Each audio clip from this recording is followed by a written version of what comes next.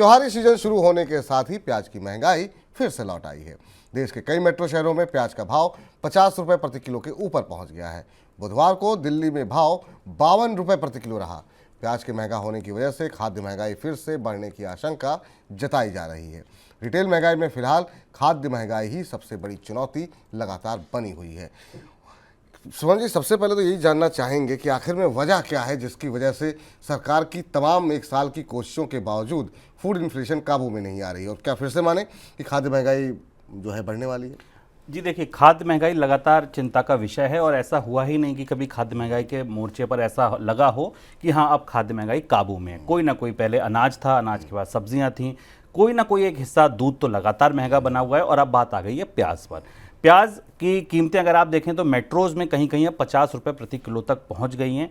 45 रुपये तो एक एवरेज प्राइस है जो अब तमाम शहरों में भारत के प्याज का माना जा रहा है। वजह क्या थी? वजह ये थी कि सावन खत्म होने के बाद एकाएक डिमांड निकल के आई। बहुत सारे लोग नॉर्थ इंडिया में सावन में प्याज का नहीं खाते हैं, तो जैसे ये सावन का महीना खत्म हुआ एकाएक मांग निकली। मांग निकलने से मांग बढ़ी और दूसरा बारिश की वजह से और तमाम कारणों से जो सप्लाई थी वो बाधित हुई, जिस वजह से डिमांड सप्लाई का मिसमैच हुआ और कीमतें एकदम बढ़ गईं।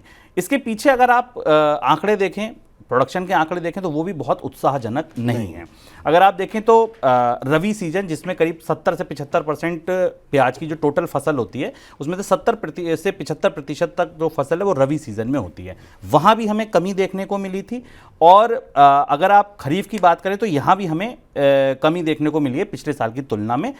खेती का जहाँ तक की बात करें, खरीफ की अगर आप बात करें तो 1,54,000 हेक्टेयर की कुल खेती हुई है, जो पिछले साल 2,85,000 हेक्टेयर था।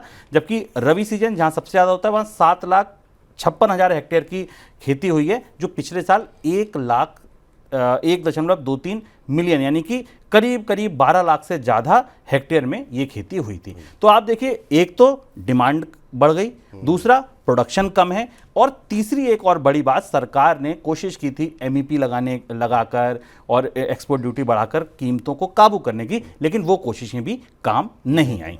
इस बीच हुआ क्या? हुआ ये कि जो सबसे बड़ी मंडी है लासलगांव मंडी महाराष्ट्र की, वहां पर रोष और आ गया। जब सरकार ने ये फैसला लिया तो वहां पर ये रोष और आ गया और ये घटना सरकार समझ नहीं पाई, लेकिन हाँ बैकफायर कर गई ये कदम उठाना। इस बीच एक बात जो और निकल के सामने आ रही है वो ये कि महाराष्ट्र और इसके आसपास जो बारिश हुई है, इसके बाद लोग ये अनुमान लगाए बैठे हैं कि अक्टूबर नवंबर में शायद बारिश और हो सकती है, और इसी वजह से बहुत सारे लोगों ने अपने पास स्टॉक होल्ड करके रखा है, क्योंकि उन्हें पता है बारिश तेज हुई तो सप्लाई बाधित होगी और उसके बाद कीमतें हमें और बेहतर मिल सकती हैं।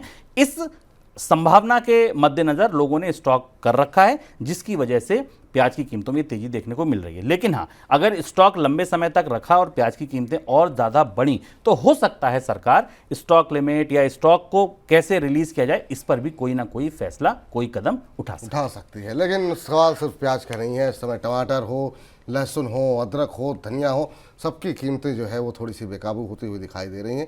तो थाली जो है वो सस्ती होने का नाम नहीं ले रही है।